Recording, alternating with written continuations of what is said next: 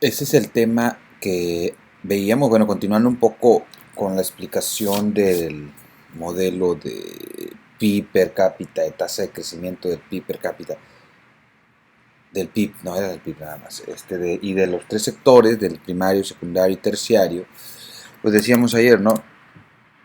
REC es el comando que nos permite correr el modelo, luego la variable independiente, luego las variables que explican, ¿no? Que son las variables independientes. Entonces, en este caso, la dependiente es la tasa de crecimiento del PIB y las independientes son el sector primario, sector secundario, sector terciario, ¿no? Le damos un enter y tenemos la regresión, ¿no? O sea, primero lo que veíamos ayer básicamente es que no había significancia en los coeficientes del sector primario, ¿no? Es decir, pareciese ser que la dinámica de crecimiento del PIB no está siendo determinada por lo que sería el sector primario. Entonces, pero sí hay una fuerte influencia del sector secundario y del sector terciario. Decíamos ayer, en el caso del sector secundario, estamos hablando que nosotros tenemos un coeficiente inverso, es decir, conforme crece el sector secundario, disminuye la tasa de crecimiento. Entonces, esto es algo muy interesante porque desde el punto de vista de la teoría de crecimiento económico, uno de los sectores que sí impulsan el crecimiento de manera acelerada de la economía es el sector secundario. Pero pues pareciese ser que con estos resultados me está diciendo que en México ha sucedido lo contrario.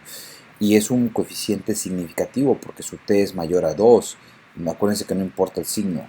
El p-value es menor a 0.05 y en el intervalo no se encuentra el 0. Por estas tres razones, el coeficiente del sector secundario sí está incidiendo, pero es incide de una forma inversa a lo que nosotros esperaríamos.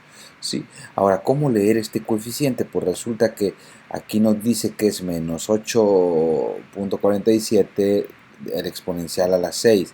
Nada más para entender un poquito cómo contextualizarlo, vamos a poner 5 ceros antes del punto, no, después del punto, 1, 2, 3, 4, 5. Y el sexto va a ser los números que aparecen aquí, 847. De tal forma que este es el coeficiente que se obtuvo entre la relación del tasa de crecimiento y el sector secundario. Cuando tenemos coeficientes de esa naturaleza, lo que nosotros sugerimos para hacer más entendible el coeficiente sería multiplicarlo, por ejemplo, en millones.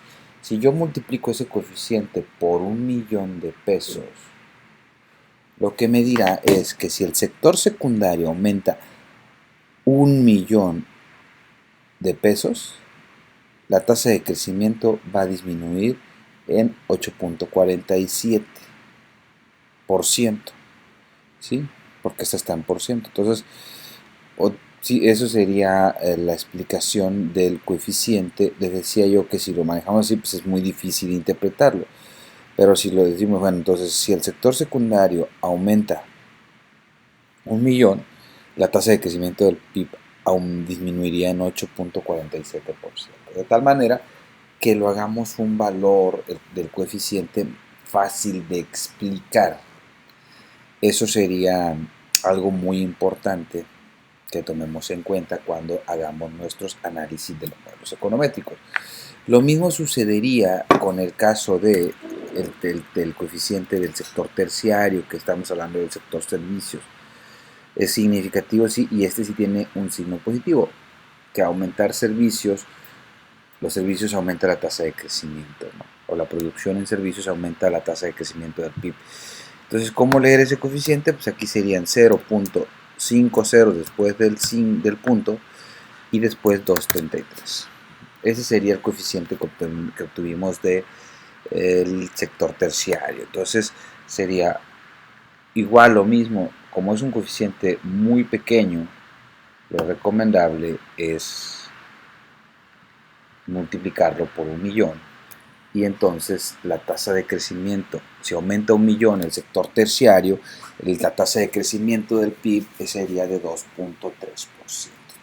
ceteris paribus, ¿no? ¿Qué quiere decir ceteris paribus? Que todo lo demás permanece constante, no lo estoy moviendo. Es decir, el sector primario se queda igual, el sector secundario se queda igual. Si aumento simple y sencillamente el sector terciario en 1.000.000, lo que veríamos es un crecimiento de la tasa del PIB en 2.33%. Entonces sí aumenta 1.000.000. Entonces esa sería la forma en que nosotros estaríamos interpretando los coeficientes y también de cómo haber construido el modelo desde los datos hasta la estimación. Hay un coeficiente, un comando que no hemos visto, pero que permite calcular los valores pronosticados por el modelo, que era algo que nosotros ya habíamos hecho a mano, pronosticar los valores de la variable dependiente derivada de este modelo. Sabemos que este modelo es un modelo bastante débil porque la R cuadrada es de 17%, si lo cerramos. Entonces básicamente un 17% para un modelo de serie de tiempo es muy bajo, ¿no? Entonces seguramente vamos a tener una enorme inconsistencia con los pronósticos de la tasa de crecimiento del PIB, ¿sí?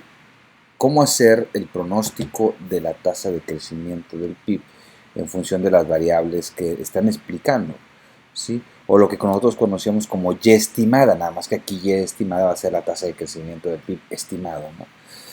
Bueno, vamos a ver ahora el comando predict. Este comando predict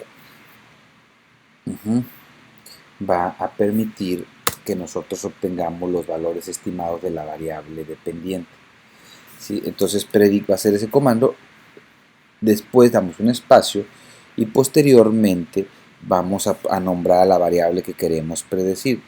Siempre este comando va a tomar como referencia el último modelo que se estimó, que en este caso fue el de tasa de crecimiento. Siempre se va a hacer la predicción sobre la variable que se acaba de correr, de la variable dependiente que se acaba de correr con sus respectivas variables independientes.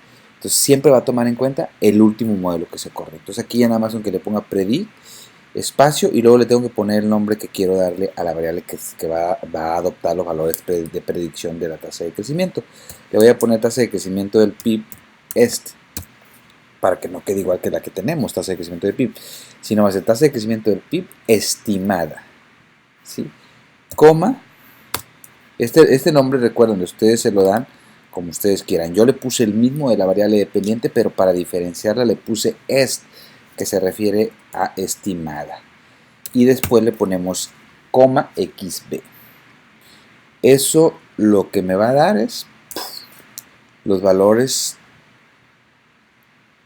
que se pronostican de la tasa de crecimiento del PIB, ¿sí? Recuerden que ustedes estos resultados los pueden ir guardando si generaron la opción de log begin.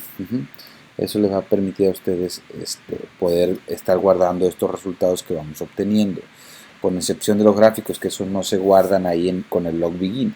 Eso sí tienen que guardar directamente en un archivo o simplemente hacer una screen de pantalla, copiar la pantalla y poderlo pegar en una hoja de Word. Eso es una opción, o guardar el gráfico. Pero los resultados que aparecen en esta pantalla de resultados, entonces estos sí se pueden guardar con el archivo file, siguiendo esta ruta file, log y luego begin, ¿sí? Ya ustedes le dan clic y ya lo vimos en el video anterior, pero bueno, nada más les estoy recordando. Esto es para predecir los valores de la variable dependiente, pero en algunas ocasiones también vamos a predecir los errores del modelo. Entonces, también, ¿cómo se hace? Predict, espacio, vamos a poner errores, por ejemplo, errores. Igual va a tomar los últimos, coma, recit. Igual que en el anterior caso, va a tomar los resultados del último modelo y va a estimar los errores del modelo. ¿Sí? Entonces nada más le vamos a dar predict, espacio. El siguiente es el nombre que ustedes le quieren dar. Errores, errorcitos, errorzotes, lo que quieran, ¿no? Y después coma, recit y enter. Y automáticamente tenemos tanto los valores predichos de la variable tasa de crecimiento del PIB como los residuales del modelo. Eso lo pueden revisar en su hoja de cálculo y poder ustedes ver precisamente esto. Por ejemplo, yo aquí tengo que la tasa de crecimiento que me está diciendo el modelo que es, perdón, la tasa de crecimiento que realmente es de 0.56 si lo cerramos, pero con el modelo me dice que es de 0.88. Entonces se dan cuenta que está muy amplio la brecha entre lo que realmente es con lo que el modelo me estima. Por ejemplo, otro valor, aquí dice que la tasa de crecimiento del PIB fue de 0.5039. El modelo me dice 2.03, o sea, es decir, me está diciendo 4 veces más de lo que realmente fue. Por eso significa que cuando nosotros tenemos modelos con R cuadrada muy bajas, el pronóstico es bastante desalentador, ¿no? Bastante alejado de la realidad, y entonces eso también pues no genera buenos resultados cuando tratamos de explicar el comportamiento. Obviamente la diferencia entre lo que realmente es con lo que yo estimo es el error, y ahí está, ¿no? Entonces, eso que antes habíamos hecho a mano, donde calculábamos el error de la diferencia de la variable dependiente con la variable estimada, entonces daba el error. Bueno, pues aquí lo hacemos de manera muy rápida, ¿no? Con el comando predict. ¿Sí? Para aquellos que siguen teniendo problemas con el tema de la graficación, bueno, pues ustedes saben que pueden graficar sus gráficos simplemente yendo a Graphic. De Graphic, ahí le pueden dar en la primera opción gráfica de doble entrada y crear sus gráficos. Vamos a poner en Y el tipo de cambio, tasa de crecimiento, perdón, del PIB, y vamos a poner en X pues cada una de las variables que le explica, que en este caso va a ser primero el sector primario. Sí, acuérdense nada más que sea gráficos básicos, dispersión, ¿sí? O scatter, que en inglés puede ser scatter, y ya escogemos la variable que va a ser en Y, que sabemos que es tasa de crecimiento del PIB, y vemos el tema del sector primario. Ok, para probar que lo están haciendo bien, le pueden poner aquí en Submit, que se llama Submit, o en mi caso es enviarlo. Ustedes lo que observan, digo, cuando vemos este tipo de gráficos, lo primero que vamos a ver, lo primerito, es que lo que me marca es una recta de regresión. ¿Sí? ¿Sí? Una recta de regresión que atraviesa los puntos, pero parece ser más acostadita, ¿sí? Muy acostadita. Entonces por eso tenemos coeficientes muy pequeños, o sea, betas muy pequeños. Significan que pequeños cambios o grandes cambios en el sector primario generan mínimos cambios en la tasa de crecimiento. Entre más acostada esté, eso es lo que significa. Y aquí vemos eso. Y hay el riesgo incluso que sea cero. Por eso es que vemos que el sector primario no tiene capacidad de predecir el comportamiento de la tasa de crecimiento del PIB. Sí, por el hecho de estar completamente, se ve que sí, la pendiente de la recta de regresión, si lo realizáramos nada más sobre nos daría una recta de regresión acostadita. Entonces diría que realmente la relación no existe entre la tasa de crecimiento y el sector primario. ¿Sí? Básicamente es eso. Pero también recuerden que entre más acostadita esté, grandes cambios que se encuentren en esta variable, que en este caso es sector primario, van a generar pequeños cambios en la tasa de crecimiento del PIB. Ahora, si lo hago con el sector secundario, aquí submit o enviar, pues también parece ser que es una recta casi tirándola a cero, pero sabemos que en realidad nos salió negativa. Entonces tenemos una recta de regresión más o menos con estas características por estos datos que están aquí. Entonces, pero sí es un modelo malo porque no permite tener una muy buena consistencia en establecer la distribución de 2 puntos, ¿no? Entonces, gran cantidad de puntos están acostados. También, si no estuvieran estos puntos, probablemente hubiera caído en la misma situación que cayó el tema del sector primario. Ahora veamos el sector terciario, cómo se comporta. Vamos a enviar. Igual, ¿no? Coeficientes pequeños, positivo, pero coeficientes pequeños al estar muy inclinados. Aquí vemos por qué razones se obtienen coeficientes de 0.0000, porque parece ser que la relación de la tasa de crecimiento con los sectores está definida en una forma en la que las unidades de medición del sector terciario y las unidades de medición de la tasa de crecimiento pues son muy dispersas. En el caso de la tasa de crecimiento del PIB pues se está manejando por cientos, y en el dato del sector terciario lo que se está manejando son cantidades de millones de pesos. Entonces básicamente eso es también lo que provoca que tengamos bajos coeficientes, ¿no? Pero sí es muy riesgoso el hecho de tener un panorama de corte transversal con esas características, porque casi que nos está diciendo que tenemos coeficientes muy pequeñitos, cercanos a cero.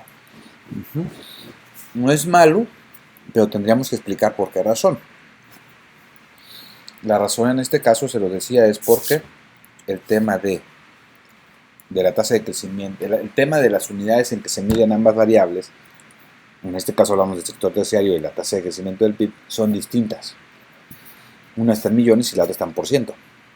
O sea, una está topada al 100 y la otra no tiene tope. La otra puede llegar 10 millones, 15 millones, puede ser infinito, ¿no? El número de valores que puede adoptar.